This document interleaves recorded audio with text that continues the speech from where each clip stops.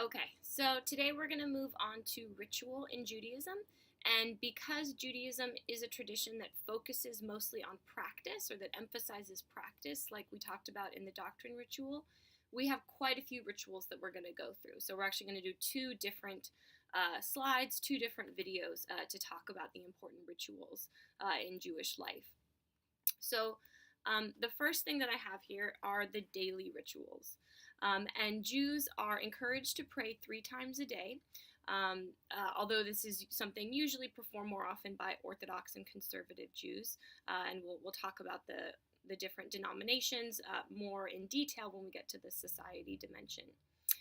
But Jews in general are encouraged to pray 3 times a day. And during prayer, there are certain items that Jewish men will wear. So these are items that you put on your body that are usually incorporated into these prayers.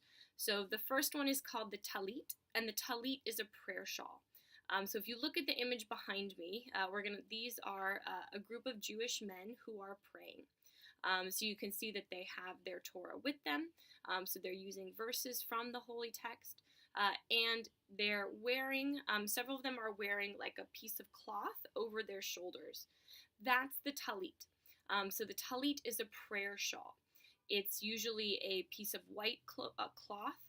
Oftentimes they have the blue stripes on them, as you see in the individual behind me, but not necessarily. Like the man next to him, his is more of a cream colored. So the prayer shawl is meant as sort of a reminder of the presence of God. So Jewish men will put the prayer shawl over them while they pray. Oftentimes Jewish men also bring it with them to synagogue services because there's going to be prayer during the service as well. It's required that Jewish men wear them during prayer. It's not required for Jewish women, although many Jewish women do choose to wear the talit while they do pray. And the really important part of the talit are the fringes or the tassels. So you can see in this image behind me, you can kind of see it more on the cream colored talit, that there's little fringes down at the bottom. So those fringes are supposed to be a representation of the 613 mitzvot. It doesn't mean that there's actually 613 tassels on them, but the multitude of them, the fact that there's lots of these different fringes and tassels, is supposed to represent all of those laws of the halakha, of the Jewish law code.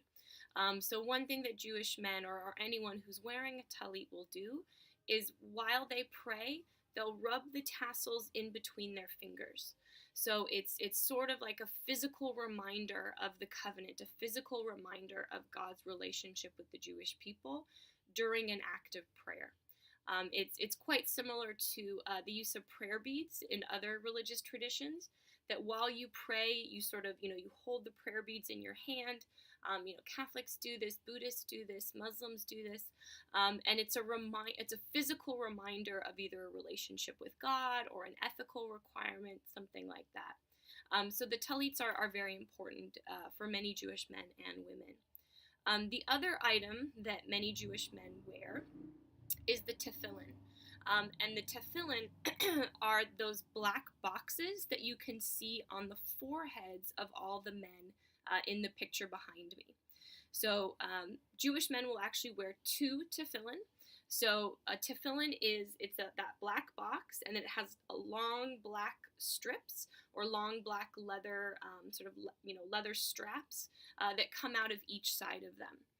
What's inside of those tefillin is actually a very tiny piece of paper, and it's a long scroll. On that piece of paper are words from the Torah written by hand and then rolled up into a little scroll and placed inside that box. So there's verses from the Torah that are put into these little boxes. And they're made by hand. They're made by people who have done this for generations. They know how to make the tefillin. And then one of the black boxes is actually placed. You can't really see it in the picture behind me because it would be under their shirts, but it's placed on the arm, and then all of the straps go down the arm. The second one, as you can see in the picture, is placed on the forehead, and then the straps are tied around the head. The wearing of tefillin goes back to a verse in the Torah that says that the Jewish people will keep the words of the Torah in their minds and in their hearts. So this is a literal manifestation of that verse, right? That you have the words of God, passages from the Torah, on one's mind, on one's head, and on the arm closest to the heart, right? So it's right there near your heart. Sorry, it's actually this side. The tefillin, again, it's required of Orthodox Jewish men, or say it was required of Jewish men, but for the most part, mostly Orthodox and conservative use the tefillin. It's only required of men, but some women do choose to do it out of devotion to God, out of piety. So these prayers are done 3 times a day, and traditional Jews will wear both the talit and the tefillin while they perform these prayers. But many Jewish men and women might pray several times a day, but they don't necessarily use both of these items. But it's important to know what these items are. Secondly, I have down here Torah, and this refers to the general encouragement that Jews read and study the Torah on a daily basis. Remember that the Torah is the center of modern Jewish life. It is thought of by the Jewish people as a letter from God to his people, from God to his chosen people. So it's a very important text. It's a sacred text. So studying the Torah is a sacred act. Jews are encouraged to read the Torah in Hebrew, not in translation. So the Torah was originally written in the Hebrew language, and Jewish boys and girls, if they grow up in a synagogue or temple setting, they'll start learning how to read Hebrew from a very early age. Usually Hebrew school starts around 1st grade. So it's important for Jewish people to read the Torah in its original language, read the Torah in Hebrew, even if that's not the individual's first language or if it's a language that they speak at all. So studying the Torah is very important because remember that idea of arguing for the sake of God. The stories are important to Judaism, but the stories leave a lot of questions. So it's not necessarily explained what the story means, how should this law be enacted in the modern world. That's where dialogue, debate, and interpretation come in Jewish life. And that's what the Talmud is all about, right? Recording a certain history of that interpretation. But the interpretation is never done. It's supposed to be continued on and on and on. And then the last item I have here is the kippah. This is another item that many Jewish men and also women wear. So you can see the kippah. You may have also heard of it called a yarmulke. Kippah is the Hebrew term. Yarmulke, I can't remember the name, is the Yiddish term. Sorry, yarmulke is the Yiddish term, and it's that little skull cap. So you can see the man with the cream-colored talit is wearing it on his head here. So the kippah is required of Jewish men to wear during or while they're in a temple sanctuary. So if you go to a Jewish temple or synagogue, if you go into the main sanctuary space, you are required to wear a kippah. The kippah is supposed to be a reminder of the presence of God, right? That God is above you, right? The presence of God is above you, so you cover your head in respect and as a reminder of the presence of God. That's the only time that it's required, and again, it's only required of Jewish men, but many Jewish men choose to wear the kippah at all times. It's something that they feel is a part of their devotion and worship of God. They want a constant reminder of the presence of God. And it can also be thought of as sort of a show of pride in one's religion, right? That when people see an individual wearing the kippah or the yarmulke, they know that that person is Jewish. So it could be something that one chooses to wear as sort of, a visual signal, visual symbol that this is my tradition and I'm proud of it. I'm proud to show that to society. Many women also choose to wear the kippah nowadays, whether that's just during a service, a Shabbat service, or all the time. So more and more you see people wearing the kippah at all times during the day. So those are different rituals as well as sort of items to be worn on a regular basis by Jewish men and more Jewish women. The next item that I have here is the weekly ritual, which is the Shabbat or Sabbath. Shabbat is just the Hebrew term for it. Sabbath is the translation of it. And this refers to the Jewish tradition of resting on the seventh day. So you guys all read the creation story of Judaism. On the seventh day, God rested, right? God creates the world according to the Jewish creation myth in 6 days. And on the seventh day, he rested. He blessed that day. He called it holy. So Jews imitate that action of God, and they rest 1 day a week. The Jewish Sabbath takes place from Friday sunset to Saturday sunset. So it goes back to, again, the creation story, where in the first creation story, when it goes through each of the days, it always says, and there was evening and there was morning the first day, and there was evening and there was morning the second day, etc., etc. So that's how the Torah counts days. So that's how the Jewish people count days. Days go from evening to evening, or sunset to sunset. And how the Jewish week goes, Friday sunset to Saturday sunset is the end of the week. So that's the seventh day. What else am I going to say? So Jewish people are supposed to rest on that day. What exactly that means varies widely depending on which denomination of Judaism, depending on how conservative or how liberal the individual Jewish person or Jewish family is. Traditionally, resting means you're not supposed to do any work. You're not supposed to do any creative or destructive work. Because those are things that belong to creation, that belong to God. So you don't create anything and you don't destroy anything. On one end of the spectrum are Orthodox Jews who take this very seriously, and they follow a number of very strict regulations in terms of what they cannot do on the Sabbath. So they can't create anything. So one thing that means is that they can't create any fire or light. So you cannot light a fire on the Sabbath. You cannot turn on a light switch, because that's, in a sense, creating fire, creating light. So Orthodox Jewish families actually prepare all the food for the Sabbath before the Sabbath starts, because no cooking is allowed during that 24-hour period. So they'll prepare all of their food so that they can then eat that prepared food during that time. There are some other very, very strict rules. Orthodox Jewish people are not allowed to push buttons on the Sabbath because that creates some sort of work that's happening. So if you ever go to Israel, for instance, there's a lot of aspects of society that are set up to help Orthodox Jews during the Sabbath. So all the elevators, for instance, have a Sabbath setting. So the elevators switch on to the Sabbath setting during the Sabbath, and the elevators just automatically stop at every single floor. So the elevators just go up, up, up, every floor, down, down, down, because if you're an Orthodox Jew and you need to go downstairs, you live in an apartment building, you can't push the button to get into or out of the elevator. And if you're elderly, you have mobility problems, you can't use the stairs. So they accommodate that by having the elevators have this built-in setting for the Sabbath. So no pushing buttons is allowed. You also can't, carry heavy loads. You can't carry a lot of weight. You can't walk really long distances. You can't travel.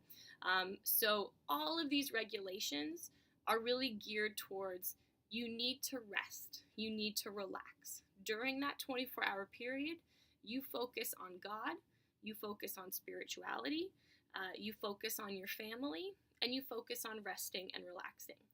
You eat food, you drink wine, you go to a Sabbath service. So temples or synagogues will usually have a Friday evening service as well as a Saturday morning service. The Friday evening services tend to be more family-oriented, sort of more lively, lots of singing, and the Saturday morning service is dedicated more to Torah study. And you just stay put. You just take that time to be still, to rest and relax. On the other side of the spectrum There are many Jews, conservative, reform, reconstructionist, who don't necessarily follow all of those very strict regulations that Orthodox Jews do, but they still try to keep the spirit of the Sabbath alive. So they will refrain from work and focus on rest and relaxation in general. So many Jews will, definitely not do any homework during that day, not schedule work on that day, so they won't actually go into a job or do homework or schoolwork during that time. A lot of times, Jewish families will, take that time. Let's turn off our cell phones. Let's not go online. Let's not check our email. Let's really just focus on, eating food together, going to a service together, talking, reading, doing things that sort of focus on our spirituality and our family time. So a lot of Jews sort of try to keep the spirit of the Sabbath without following all of those very strict regulations that Orthodox and many conservative Jews do. So that's the Sabbath, or the Shabbat. Then we have a number of holidays. Judaism has many, many holidays, really as an act of memory, right? Celebrating a holiday commemorates a story. It's a way of remembering and telling a story. So Judaism has what are called the high holidays, major holidays, and the minor holidays. We won't go through all of the ones that Prothero talks about, but I do want you to read about all of the holidays and know what they are about. So Rosh Hashanah and Yom Kippur are two very important holidays in Judaism. Rosh Hashanah is the Jewish New Year, and Yom Kippur is the Day of Atonement. These two go together, and they occur 9 days apart. So the New Year happens, Rosh Hashanah happens, and then 9 days after that is Yom Kippur, is the Day of Atonement. Rosh Hashanah is a new year, similar to January 1st, in terms of it's a spirit of celebration, it's a spirit of renewal, starting things over again. Yom Kippur is a very serious holiday. It is a serious, somber holiday for reflection. It's the Day of Atonement, so it's the day upon which you actually ask God for forgiveness for any way that you have wronged God, you have offended God, you have disobeyed His laws. So what's very important is that time period, those 9 days in between the two holidays, or 8 days in between the two holidays. That is a time for spiritual reflection. So during that week, basically, you reflect on the previous year, right? So the year has just ended. You reflect back on the previous year, and you think about the ways in which you either broke the halakha, right? You broke Jewish law code, Torah law code, or simply that you weren't the person that you wanted to be. The ways that you feel like you failed, the way that you feel like you didn't live up to, what it means to be a good person, or what you would like to be, what type of person you would like to be. So you take that time, you take that week to really think about that.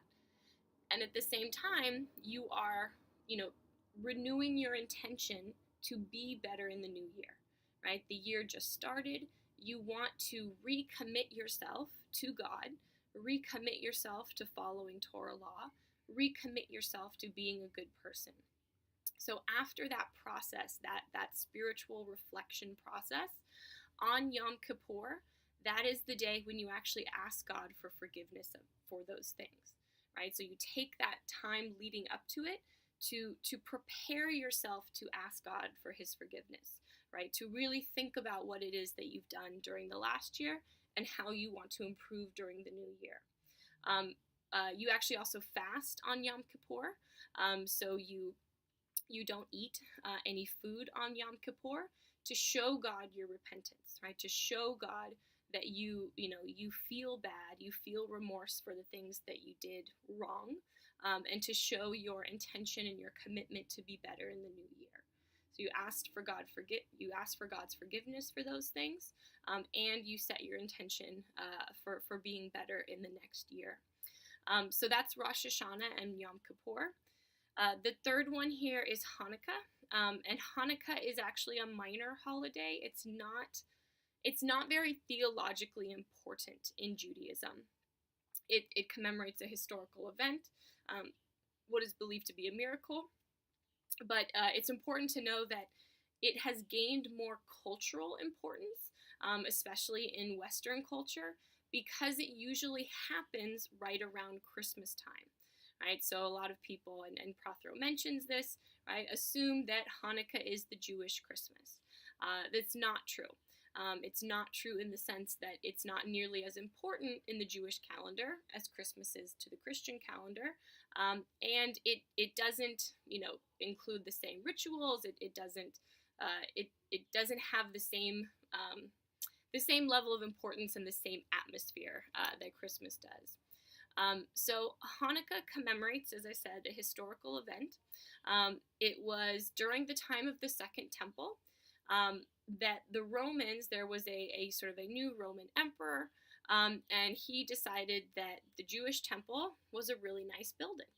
This is a beautiful building, and since we control the Jewish people, I can just take their temple, and there's nothing they can do about it. So there was a movement by this emperor and his government. They took over the temple, the Jewish temple, and they dedicated it to Zeus. So they dedicated it to one of the Roman gods, which, as you can imagine, was a horrifying event for the Jewish community, right? Remember, they believed that God lives at the temple. God's spirit actually resides there. So to dedicate the temple to Zeus, right, to put an image of Zeus inside the temple, was horrifying and blasphemous to the Jewish people. It was something that angered the Jewish people, and they actually rebelled against the Roman government. They mounted an attack, and they were successful for a short period of time. They were able to kick the Romans out of their temple, and they were able to rededicate the temple to God, to Yahweh. And for a short period of time, they held off the Roman army, the Roman soldiers, and they were able to retake some of the land around the temple. But of course, they were surrounded. So the people who had been a part of this attack were sort of stuck in the temple, defending the temple, and they were surrounded by Roman soldiers. So they couldn't get any supplies in or out, right? They were just kind of stuck there and hoping that something good would happen.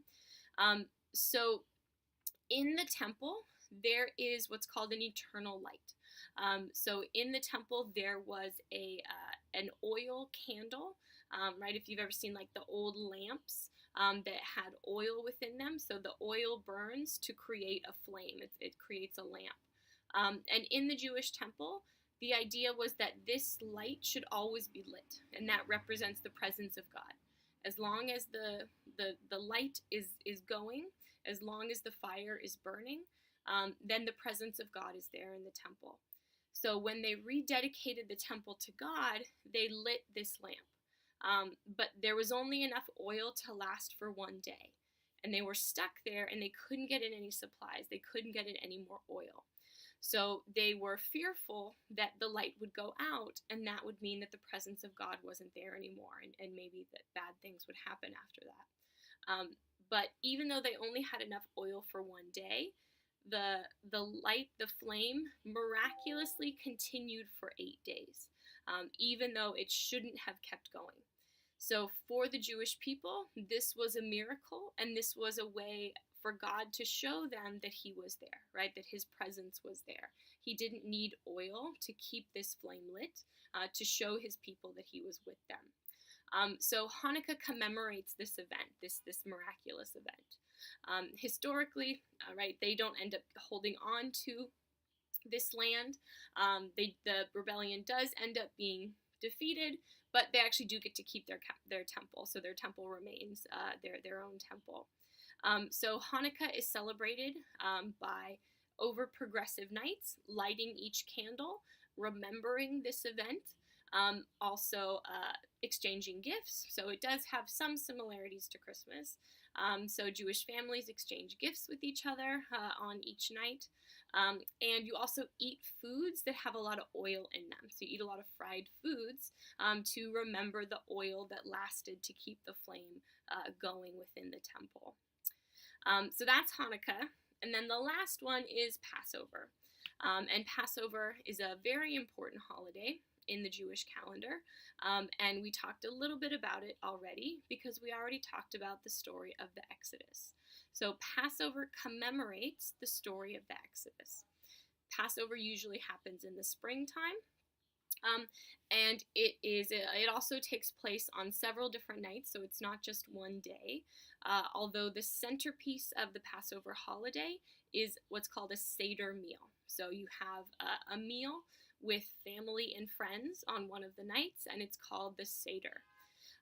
So everybody gets together, and they have this meal together. During the meal, you retell the story of the Passover. You don't read it from the Torah, however, you read it from a text called the Haggadah. And the Haggadah is sort of a summarized version of the Exodus story. So like someone asks, so the meal or the tradition starts when someone, if there's a child present, it should be the child, asks, why is this night different from other nights? And everyone knows that the tradition starts when someone asks that question. Then you start to read the story of the Haggadah. So you start to read the story of the Passover, read the story of the Exodus. And as you go through the story, you eat certain items that commemorate different events in the story. So you eat, for example, you eat like bitter herbs to symbolize the bitterness of slavery. You drink wine to commemorate the blood that was spilled of the Egyptians, and you put your finger in the wine and you put different drops on your plate to commemorate that this victory of the Jewish people still has to remember that bitterness and bloodshed came from other people, so you show your sorrow for that. So you go through these several steps, you eat these different items on what's called the Seder plate as you go through this story. So the Seder meal at the Passover is very important, and it's a way of remembering the Exodus story. It's also a way of showing hope in the future, hope for liberation, right? Because the story is one that goes from slavery to liberation. So this is kind of what I meant when I said it becomes an archetypal story.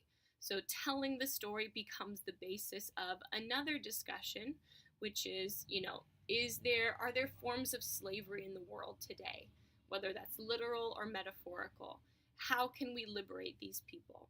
Is there something that I'm enslaved to, right? Maybe I have an addiction, or I'm, gambling or something like that. How can I hope for liberation? So it becomes the basis for another hope or another discussion that everyone should move from slavery to liberation. Everyone should work to overcome that which they may be enslaved to, or other forms of slavery, prejudice, discrimination in the world. So I'm also going to post a link to a short YouTube video that will show you a couple of the scenes from the Seder meal, so you can see more of what a Seder meal looks like, a Seder table, and the different items that individuals eat as they go through the process. But that's what the Passover celebrates. All right, so that's our first set of rituals within Judaism. So next we're going to talk about some of the life cycle rituals. Okay,